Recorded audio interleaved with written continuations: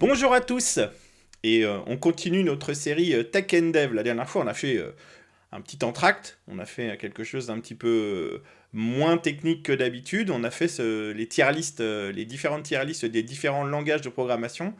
Et comme je vous l'avais dit, on va se lancer dans une nouvelle série de 6 épisodes qui va de Ruby vers Rust. Alors oui, on sort d'une grande série qui a duré assez longtemps, puisque je fais ces épisodes Tech and Dev une semaine sur deux.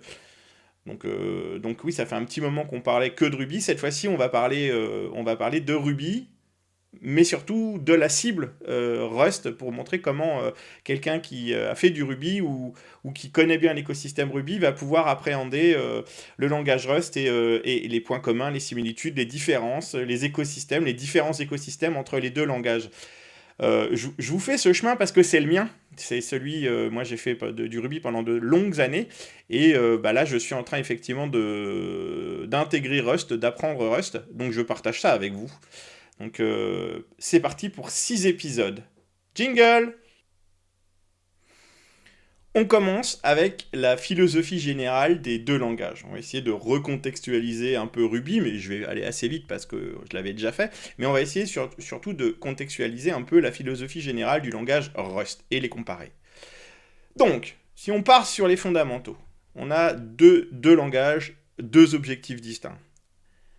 À gauche, celui que moi je connais le mieux, et c'est le moins qu'on puisse dire, Ruby, sa philosophie principale, c'est le bonheur du développeur.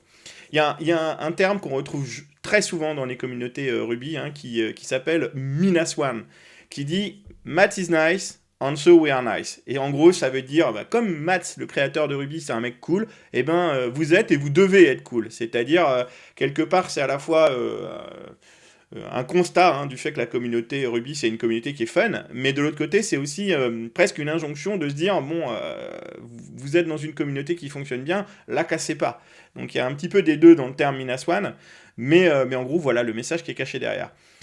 L'objectif de Ruby c'est de rendre le développement rapide, presque naturel, j'ai largement insisté, simple et agréable. C'est-à-dire, du coup, on doit prendre du plaisir à coder en Ruby, non pas pour le langage, mais parce que permet le langage par sa facilité et sa simplicité.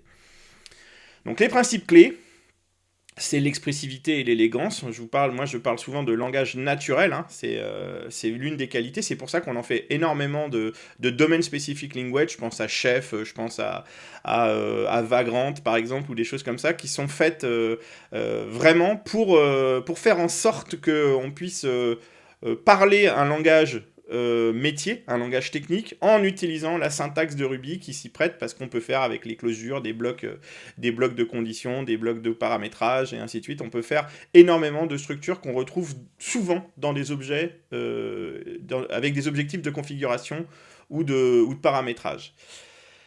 C'est extrêmement flexible, le Ruby, parce que c'est un typage dynamique, parce qu'il y a une capacité de métaprogrammation qui est absolument énorme. On ne la retrouvera pas côté Rust. Et par le paradigme full objet, le principe d'utilisation de l'objet pour tout en Ruby. Et un des éléments extrêmement importants, qui moi probablement m'ont fait beaucoup utiliser Ruby, qui font que je fais pas beaucoup de Java, parce qu'il a mis du temps à y venir, c'est le principe même de convention over configuration. Excusez-moi. Effectivement, les frameworks, par exemple Rails, prennent des décisions par défaut pour accélérer le développement. Effectivement, c'est toujours au profit de la productivité. Alors maintenant, on va regarder notre ami Rust. Lui, clairement, l'objectif de ce langage, c'est performance, fiabilité, mais aussi productivité. C'est-à-dire qu'effectivement, par rapport à des langages plus austères, comme le C, comme le C++, comme peut-être Java aussi, c'est un langage qui va effectivement chercher à avoir un résultat rapide et avoir des facilités du langage pour développer vite. Et c'est surtout son écosystème qui va reproduire des principes d'écosystème tels on avait pu le retrouver dans des langages plus récents et typiquement comme plus récents, plus modernes que des langages comme le C ou le C++, tels que Ruby ou Python. Voilà, je parle pas de récent par rapport à Rust lui-même, évidemment. Donc la philosophie de Rust, c'est de garantir la sécurité. Donc là, le premier objectif, je pense, qu'a été celui du concepteur et des personnes qui ont fabriqué Rust, c'était vraiment de résoudre des problématiques de sécurité et de gestion de la mémoire, sans compromis sur la performance, sans baisser la performance. Et on le voit, hein, le fait qu'il n'y ait pas de garbage collector, des choses qui sont faites pour que le langage soit rapide. Et puis par contre, de donner aux développeurs des outils pour écrire du code système robuste rapidement. Voilà vraiment le fond du fond. Et donc les principes clés, la sécurité de la mémoire, sans garbage collector. Donc là, on avait déjà un peu aperçu sur ma première présentation de Rust, hein, les principes d'ownership et de borrowing, hein, de possession et d'emprunt. Et puis justement cette notion aussi de durée de vie. Tout borrowing est restreint à une durée de vie, un lifetime. Donc ça garantit la sécurité à la compilation. Le fait de pouvoir écrire du code parallèle sans craindre les problématiques de data race et donc ce qu'on appelle la fearless, la fearless concurrency, le parallélisme sans crainte, en gros, pour faire simple. Et puis, l'avantage, c'est que c'est un langage qui est fait pour que les abstractions de haut niveau n'aient pas de surcoût à l'exécution. Et ça permet de revenir à des principes de langage très évolués, sans pour autant qu'il y ait un impact sur les performances. Là, on est sur un des éléments clés qui nous font et qu'on doit considérer comme important pour faire un choix d'un langage. Et Rust, du coup, démontre toutes ses qualités. Alors, les points communs et les concepts partagés. Et vous allez voir effectivement pourquoi je fais ce cycle de vidéos. Parce que j'ai trouvé énormément de choses qui m'ont facilité la vie et de principes qu'on retrouve dans des langages où on pourrait ne pas s'attendre à avoir des similitudes. Hein. Entre Ruby et Rust, trouver des similitudes, bon, à la base, c'est pas marqué sur le papier. Hein. Et bah pourtant, vous allez voir, c'est le cas. Qu'est-ce qu'on a par exemple?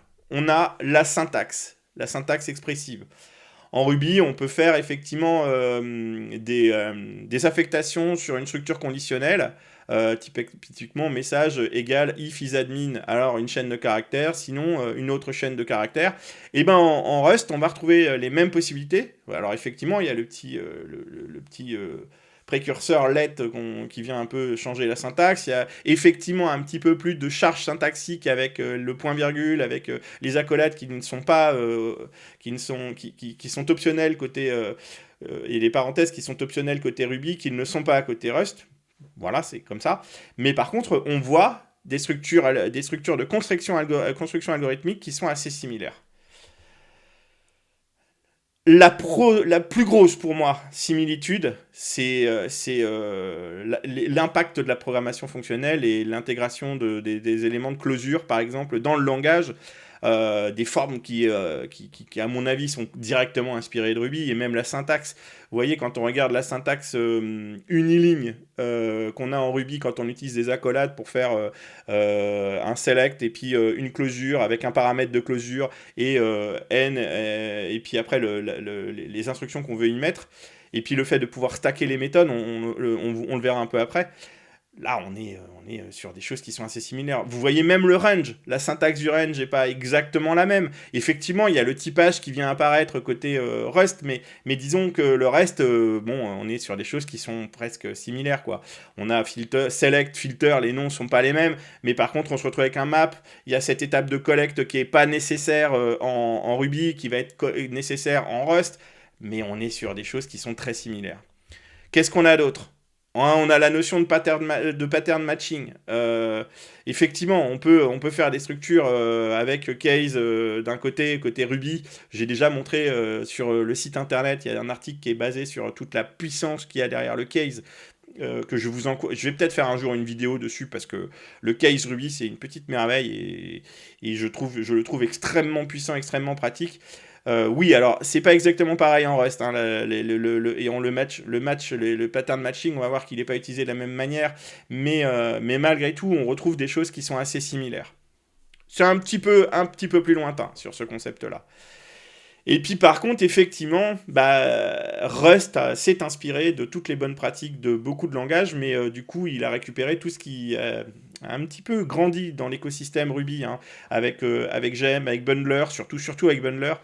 Et ils l'ont repris, mais eux, ils l'ont complètement intégré. Donc, dans Rust, Cargo est intrinsèquement Rust, en fait. Ça fait partie intégrante de Rust, pour le coup.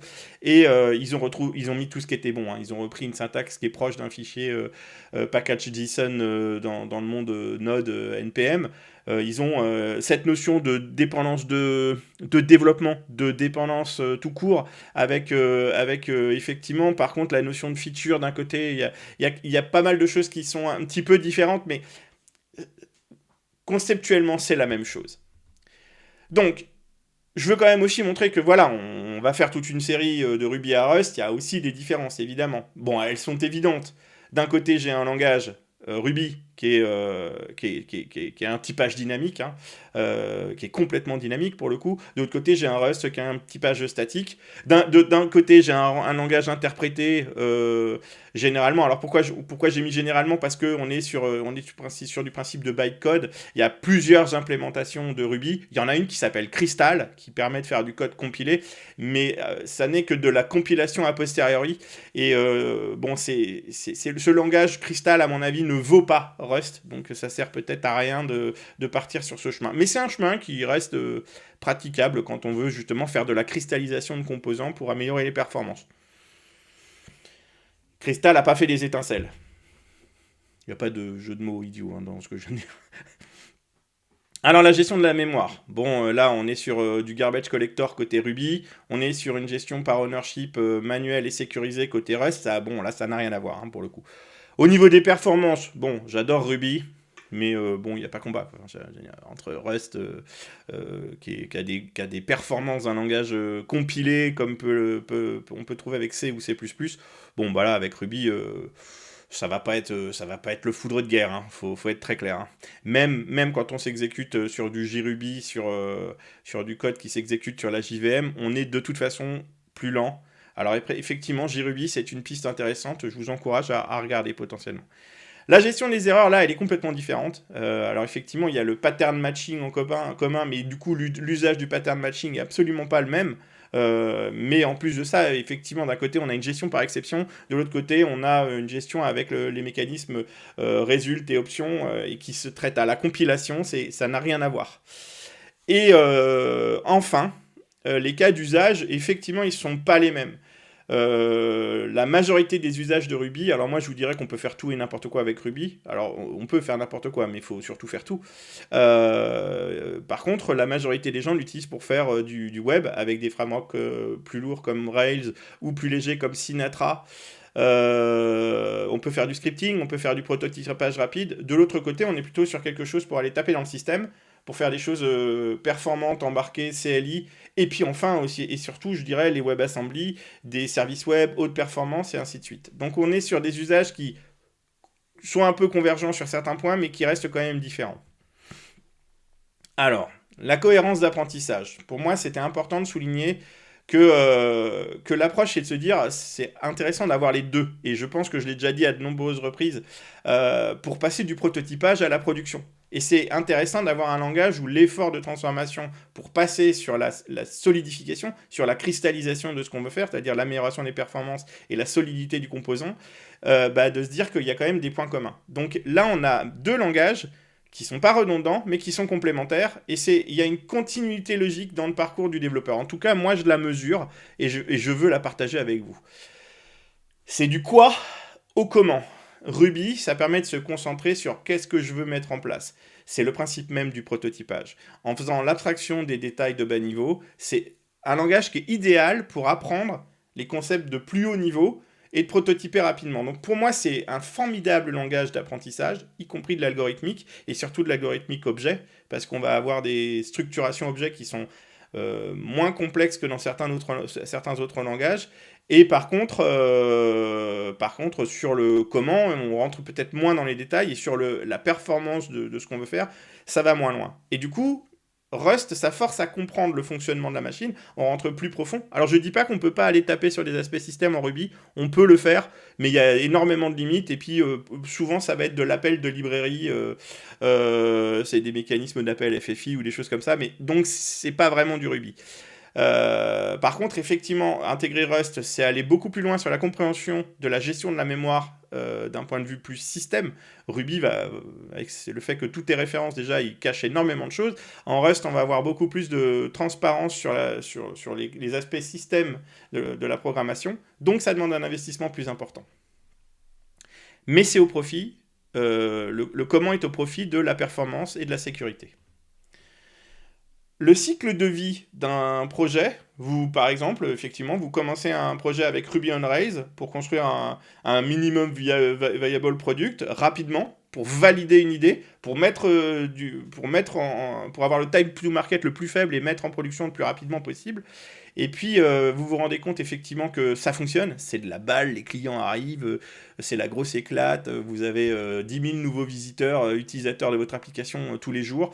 Bah là, il va vite être question de problème, de goulet d'étranglement, de performance.